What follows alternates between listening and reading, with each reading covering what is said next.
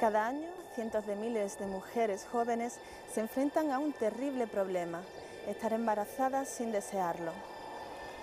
En pleno siglo XXI, en la era de las libertades, de los derechos humanos, la única solución que le ofrece la sociedad es que acaben con la vida que llevan en su seno. En este programa vamos a tratar de desvelar qué hay detrás de los 77.000 abortos que se practican en España al año y buscar alguna alternativa a esta situación que nadie quiere. La alternativa es la vida. Hola. ¿A qué estáis jugando? Palabras encadenadas. Os escribo en busca de ayuda. Me habría gustado conoceros cuando me quedé embarazada. Me habría evitado esta soledad en el duelo por mi hijo.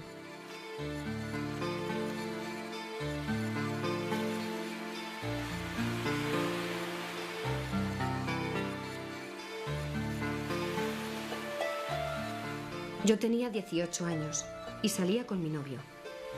Estábamos muy enamorados y ya hacíamos planes de futuro. Cuando me enteré que estaba embarazada, se lo conté enseguida, pero su reacción fue no hablarme en una semana. Asustada, sentía que debía hacerle comprender que estaba embarazada de su hijo, de nuestro hijo. Yo lo tenía claro, pero veía que le perdía y que él no quería nada de este niño que estaba allí, y era una realidad. Le expliqué que en realidad solo necesitaba amor, y así llegué a convencerle. Sin embargo, la reacción de mis padres le echó para atrás. ¿Qué van a decir? ¿No lo puedes tener? ¿Estás loca?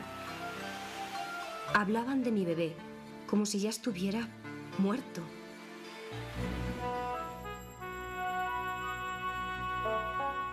Al igual que hay un momento en el cual se pasa de estar vivo a estar muerto, eso se llama morirse, y nadie duda de que morirse es cuando uno se muere, ¿no? También hay un proceso que sería un poco vivirse, entre comillas, que es cuando se da esa fecundación, ¿no? Que en el ser humano se llama concepción. A mí me gusta mucho además la palabra concepción porque la raíz de la palabra concepción es la misma que la palabra concepto, ¿no? Cuando uno tiene un concepto, ya le sirve para siempre. Entonces, aunque uno nunca haya visto un triángulo, lo ve y dice, esto es un triángulo, ¿no? Y el concepto es algo nuevo que antes no estaba y uno tiene, ¿no? Con la concepción pasa lo mismo, es algo que antes no estaba y ahora está. Ya se había logrado un consenso entre los científicos, entre los biólogos, tanto si hablamos de la vida humana como de la vida de cualquier especie. Entonces se llegó a la conclusión de que la vida humana comenzaba cuando el cigoto, la célula resultante de la unión de óvulo y espermatozoide, tenía el genoma completo, el genoma de la especie humana. Porque todos los demás argumentos, pues si cuando respiraba, cuando tenía actividad cerebral, pues siempre se podían rebatir, siempre tenían lagunas. Y entonces desde la biología, cuando un individuo tiene el genoma característico de la especie, pues podemos decir pues que es vida humana o vida animal o vida vegetal. Y enseguida aparece un nuevo ser que empieza ahí, como se ha comprobado tantas veces, a tener tal autonomía que manda ya sobre la mujer, ¿no? De hecho, el test del embarazo no es una hormona o una sustancia de la mujer, sino que es el feto que pone en marcha una hormona que en un nombre de esos que nos encanta a los médicos complejísimo, que se llama la gonadotropina coriónica. El embrión es el que dirige el embarazo, no es la madre. El embrión es quien dice cuándo comienza el embarazo y cuándo va a terminar. Y el embrión tiene un genoma distinto del de la madre. Tanto es así, por ejemplo, con el sistema inmunológico, el de la madre y el hijo deben de llegar a un consenso entre ellos. Hay un diálogo porque la madre, el sistema inmunológico de la madre, percibe como ajeno al hijo. Y lo normal es atacarlo. Es algo que me está invadiendo mi organismo, lo ataco. Entonces se llega, hay un diálogo materno-filial en el que nos respetamos. El 23 de abril de 1981, un subcomité judicial del Senado de Estados Unidos sostuvo una audiencia para responder a la pregunta ¿cuándo empieza la vida humana? Para hablar en nombre de la comunidad científica, se convocó a un nutrido grupo de investigadores de prestigio internacional. El doctor Michelin Matthews Roth, de la Facultad de Medicina de Harvard, dio testimonio, apoyado por referencias a más de 20 libros de texto médicos y de embriología, de que la vida humana comienza en el instante de la concepción, cuando el óvulo y el espermatozoide se unen formando el cigoto. El padre de la genética moderna, el doctor Jérôme Lejeune, dijo: aceptar el hecho que después de que tuvo lugar la fecundación, un nuevo humano ha recibido el ser, ya no es una cuestión de opinión, es simple y llana evidencia experimental. El doctor Jaime Gordon, director del Departamento de Genética de la Clínica Mayo, declaró: según todos los criterios de la biología molecular moderna, la vida está presente desde el momento de la concepción. Yo suelo decir a veces en la facultad, cuando surge esta pregunta de una manera muy gráfica, que un espermatozoide con oxígeno, buena temperatura y alimentación tiene una vida media de horas o como mucho días, ¿no? Un óvulo con oxígeno, una buena temperatura y alimentación tiene una vida media de días como mucho semanas, ¿no? Pero que una vez que se ha dado la fecundación, aquella nueva célula tiene una vida media en España de unos 80 años, ¿no? Las primeras semanas son importantísimas, son muy ágiles en el desarrollo embrionario, son impresionantes desde el punto de vista médico o biológico. El embrión, que es la parte de formación, dura hasta la semana 8ª. A partir de la semana 9ª es el feto, que ya tiene todos los órganos formados y solamente tiene que crecer y engordar de tamaño.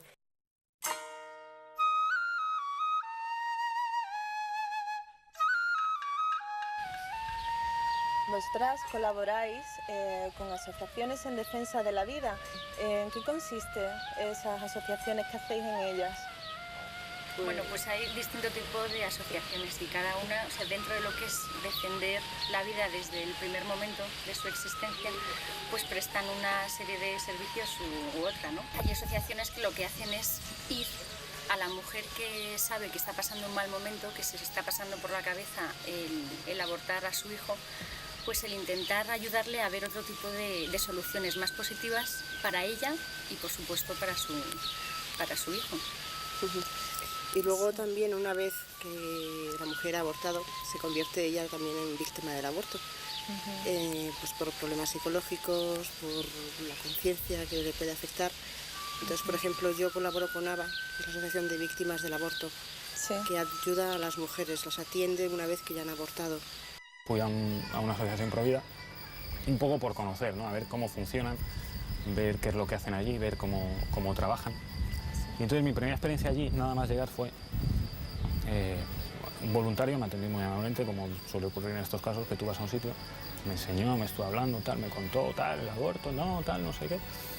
En fin, yo estaba allí un poco y de repente pues pasó pues que llegó una señora de unos 25, 26 años, con un bebé de 5 días o 6, no más. Se llamaba Eduardo, me acuerdo perfectamente. Y hubo un momento dado que el voluntario pues nos dejó y yo estuve allí hablando con ella. Y en fin, pues una chica muy simpática y tal, y me estuvo contando que estaba allí porque el voluntario este, en el movimiento les habían conseguido una casa de acogida para madres que se ven en esta situación y que no tienen casa, porque a muchas las echan de casa, cuando se quedan embarazadas y deciden seguir adelante con el embarazo, las echan de casa. Les habían conseguido una casa, pero que hasta el día siguiente no tenía plaza. Entonces esa noche la iba a pasar en casa del voluntario. Claro, yo ahí un poco me quedé, dije, jo, esto, en fin, este tío es un tío comprometido, o sea, esto no es ninguna milonga, esto va en serio. No todo el mundo mete a una desconocida que ha pasado por lo que ha pasado esta mujer en su casa. Y bueno, la conversación siguió y, en fin, le dije, bueno, ¿y estás contenta con tu hijo? Y me dijo que sí, que bastante. Dije, ¿es el primero? Tal. Me dice, no, Eduardo tiene un hermano mayor. Digo, ah, bueno, entonces esto ya... En fin, bueno, la alegría del primero no es como la del segundo, ¿no? Y me dijo, Jesús, este me ha dado más alegría que ninguno, porque a este le he llegado a haber muerto. Entonces yo ahí dije, bueno, yo quiero formar parte de esto y este es mi bando, o sea, esto no puede ser. Yo recuerdo a una amiga que me contó un caso, me decía, en 4 minutos, una chica que iba a abortar cambió de idea y ya no abortó. En 4 minutos salvé una vida. A mí eso me dejó impresionada, ¿no? Es verdad que hay, nosotros lo llamamos rescates de los muy complicados, ¿no? Que tienes que estar ahí mucho tiempo, pues, ver muchas cosas, ¿no? Porque a lo mejor hay una problemática diferente, pero es que hay otras que lo único que necesitan es que le digas, oye, que no es obligatorio, oye, claro, que no te lo mereces. Encontrar a alguien que te diga que no, o sea, que por favor, que no lo hagas, que es una vida. Sí. Porque, claro, toda la sociedad tiende a lo mismo. Entonces no encuentras una voz que te diga pues ten a tu hijo, es tu hijo, sácalo adelante, vas a tener apoyo. Muchas veces, muchas mujeres lo que necesitan para no abortar es que alguien las escuche. O sea, así de sencillo, ¿no? Hay una película que se hizo muy famosa en España, que era la de Solas, que recoge precisamente eso, o sea, que uno de los grandes dramas de la mujer cuando se queda embarazada es que se queda sola. Hay asociaciones que tienen guarderías para que la mujer, que muchas veces es una mujer que está sola, pues pueda seguir trabajando para sacar su propia vida y la vida de su hijo adelante. Hay bolsas de trabajo, porque es fundamental. Sí, sí. ¿Bolsas de trabajo qué es? Trabajo, Pues ayudarles gente, a buscar trabajo. Claro, gente que tiene problemas económicos, que está en paro, que para ellos eso es una carga tremenda, pues ayudarles a buscar trabajo. Bueno, o facilitarles pues una vivienda, intentar buscarles a lo mejor una vivienda si no encuentran, para poder mantener al niño. Se les da ayuda psicológica, se les da pues y ayuda material, pues, pañales, no sé qué, que parece una tontería, pero que son unos gastos así muy fuertes. Un poco de ayuda a estas mujeres es muchísimo, ¿no? Porque es lo que necesitan, ¿no? Un poco de escucha activa, de saber escucharlas, ¿no? De entenderlas perfectamente, y luego un pequeño apoyo, ¿no? A veces el apoyo puede ser psicológico y es suficiente, otras veces ha de ser ginecológico, que a lo mejor el embarazo es un poco complicado, otras veces ha de ser un apoyo social, porque esa persona ha quedado en un entorno social descontextualizada, ¿no? A veces un apoyo de trabajadora social, ¿no? Por eso los equipos de gente que trabajamos con mujeres embarazadas son equipos multidisciplinares, ¿no? Yo a un padre o una madre que les haya pasado esto con su hija, aunque no esté preparada o no tenga suficientes medios para salir ella sola adelante, le diría que si de verdad quieren a su hija, que la apoyen, o sea, que la apoyen para seguir adelante con su hijo. Conozco a unas cuantas madres que han abortado y que no están satisfechas con lo que han hecho, pero no conozco a ninguna que, habiendo decidido seguir adelante con su hijo, se haya arrepentido. A ninguna. Claro. Ninguna. Todas, en fin, pues todas están con su hijo. Sobre todo diría que hay opciones, que el aborto no es la única, de hecho no es una opción porque no te dan otra donde elegir, te ofrecen el aborto y punto. Que hay opciones, que hay gente que está dispuesta a ayudar a las mujeres a sacar adelante a sus hijos. Y yo diría de verdad que ninguna mujer, pero ninguna mujer haya hecho lo que haya hecho, porque muchas veces se las culpabiliza, ¿no?, por haberse quedado embarazadas. ¿Y cómo no tuviste cuidado? ¿Y cómo no usaste? ¿Y cómo no? Ninguna mujer merece pasar por lo que es un aborto provocado. Estaba sola. Ya no sabía qué hacer ni a dónde ir. Me sentía abandonada y se me ocurrió ir a ver a una asistente social. Pero en lugar de ayuda, nos encontramos atendidos por una señora muy preparada para nuestra situación. No veía más allá de la chica joven que debía divertirse y del novio que no quería nada de ese niño. Era mentira. Él me ha dicho después que en realidad solo necesitaba que le apoyaran, ser reconfortado. Mientras le explicaba los detalles del aborto, mis lágrimas caían solas.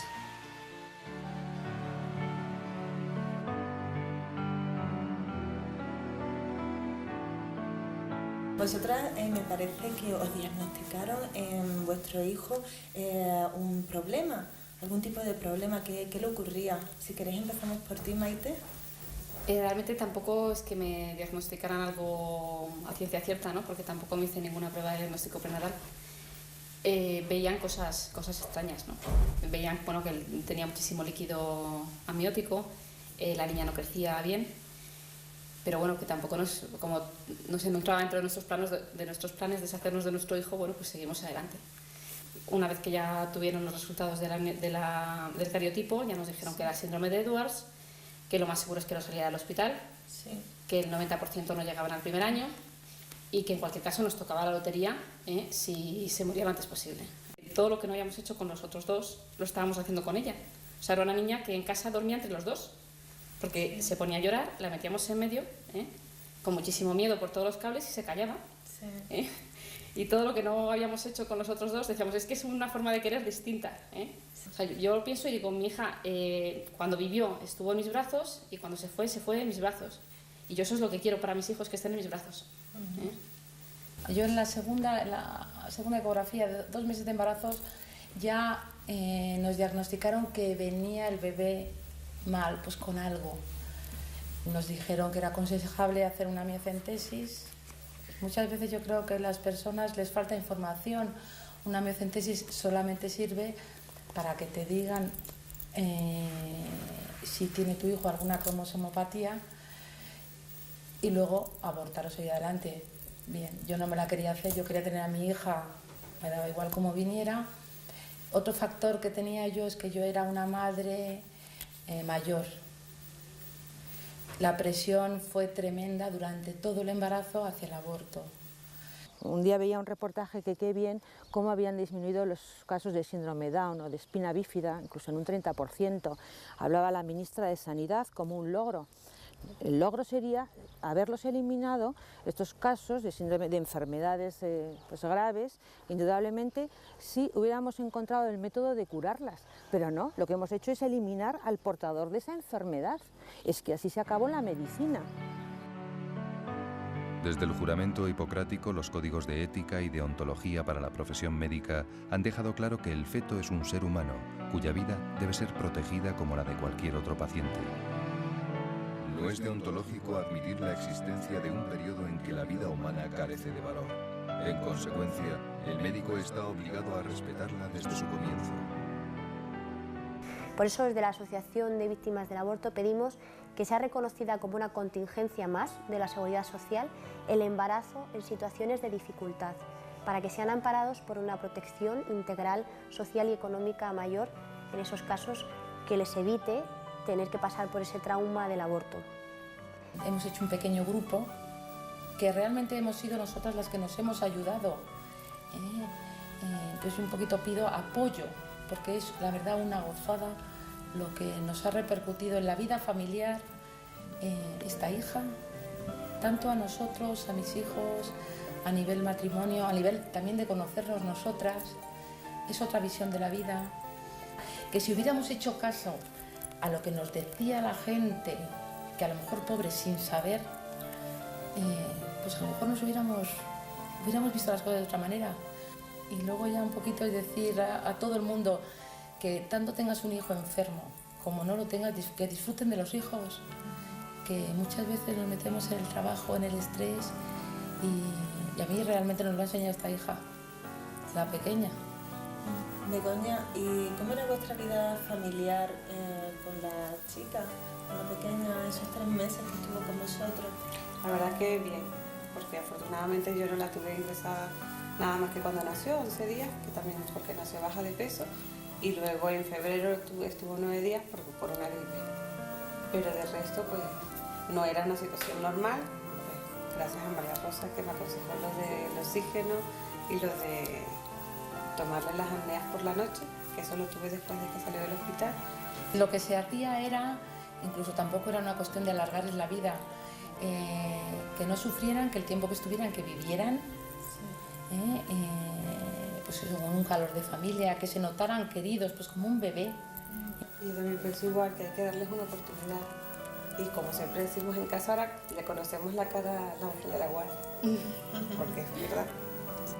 El embrión también tiene derechos desde el punto de vista médico. Nosotros, en nuestro código de ética y de ontología médica, tenemos explícitamente, prometemos y juramos que estamos al servicio de la vida humana. Es decir, como dijo recientemente ayer la presidenta del Colegio Oficial de Médicos de Asturias, dijo: los médicos no estamos para matar. Es decir, no está dentro de nuestros estudios como matar, no está dentro de nuestro programa académico como matar. Nosotros estamos educados y estamos formados para curar, no para matar. Mataron a mi hijo el 21 de marzo de 2000, después de 1 hora de complicaciones. Yo moría a la vez que mi hijo. Intenté suicidarme. Ya no soy la misma. Antes alegre y amante de la vida. Ahora lloro cada día y rezo porque Dios se digne a darme algún día a mi niño. Me parecía importante contar esta historia para mostrar que la sociedad debe ayudar a las madres para que tengan una verdadera lección. Yo no la tuve y vivo para dar el testimonio. Han matado a mi hijo, al que yo amaba y esperaba, que mi novio y yo queríamos, Y todo a causa de mi edad y de un modelo que todos deben seguir. Estudios, trabajo, vida asegurada, hijos y en ese orden.